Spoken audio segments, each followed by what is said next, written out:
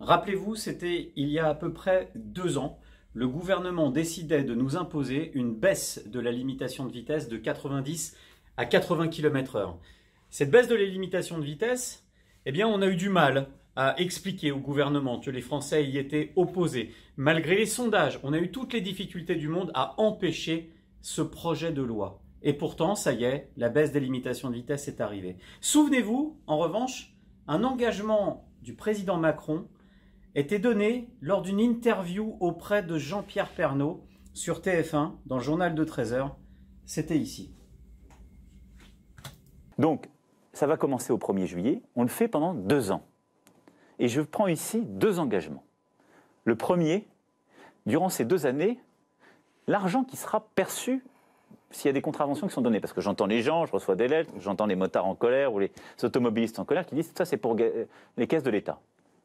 Tout l'argent qui sera prélevé sur ces routes, on le mettra et on assurera la transparence pour les hôpitaux qui soignent, guérissent les blessés de la route. Bon.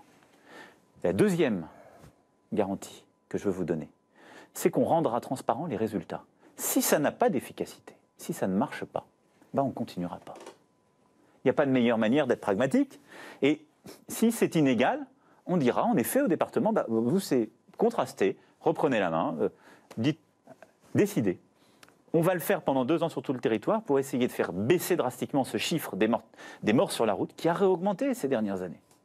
Et ça ne doit pas être une fatalité, et donc on doit prendre cette décision.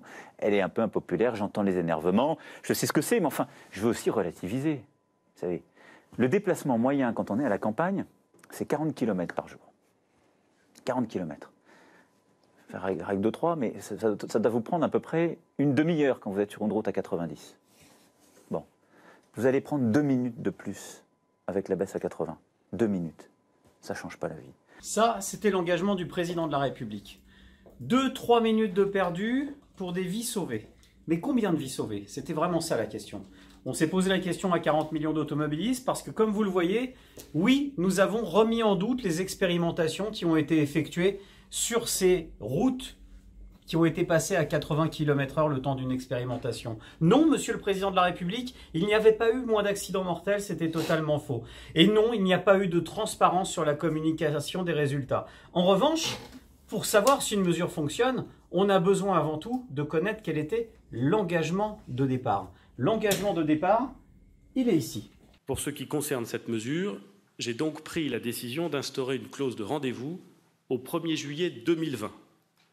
Si les résultats ne sont pas à la hauteur de nos espérances après 2 années de mise en œuvre, le gouvernement prendra ses responsabilités. L'abaissement de la vitesse maximale autorisée pourrait donc sauver 350 à 400 vies par an, de l'ordre d'une vie par jour. 350 à 400 vies sauvées par an, c'était l'engagement du Premier ministre Édouard Philippe. Et force est de constater que malheureusement, on n'y est pas. Nous avons fait la recherche à l'association 40 millions d'automobilistes pour mettre en perspective les résultats de ce 80 km/h avant et après.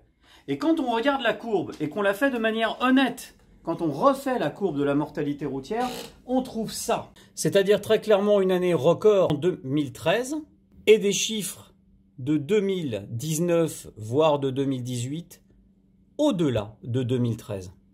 Comment l'État est parvenu à faire de 2019 une soi-disant année de record de la sécurité routière? Eh bien tout simplement en prenant uniquement les chiffres qui les arrangent. La réalité, c'est que le 80 km/h n'a pas permis cette baisse de 350 à 400 victimes par an que nous promettait le Premier ministre à l'époque. Nous sommes donc 2 ans après, la mesure du 80 km/h à quelques mois près. Il n'y a pas eu d'effet 80 km/h. Aucune baisse de la mortalité. En revanche, on a un discours du président qui nous dit « ça ne change rien dans votre vie ». Et c'est pour ça qu'on vous demande aujourd'hui de témoigner sur raconte-moi-ton80.com pour expliquer au pouvoir public ce que concrètement ce 80 km/h a changé dans vos vies. Peut-être davantage de contrôles sanctions automatisés, des flashs, des radars, peut-être du temps perdu, des histoires dans votre vie à vous qui fait que peut-être vous prenez du retard pour emmener vos enfants à l'école, que c'est 3 minutes perdues par jour, 3 minutes par jour, ramenées à l'année, c'est beaucoup de temps perdu pour rien. Si encore, ça avait sauvé une vie par jour, mais ce n'est pas le cas. Alors aujourd'hui, je vous demande de partager cette vidéo qui est faite sur uniquement des éléments de réalité. L'engagement du président, l'engagement du Premier ministre et ses objectifs qui ne sont pas tenus manifestement dans les courbes. Je vous demande de partager cette vidéo, je vous demande surtout de nous apporter votre témoignage pour que l'on puisse derrière, en tant qu'association 40 millions d'automobilistes, au mieux porter votre parole et au mieux expliquer à ceux qui nous dirigent auprès du Conseil national de sécurité routière, auprès du Premier ministre et auprès du Président de la République, leur expliquer en quoi le 80 a changé des choses dans vos vies.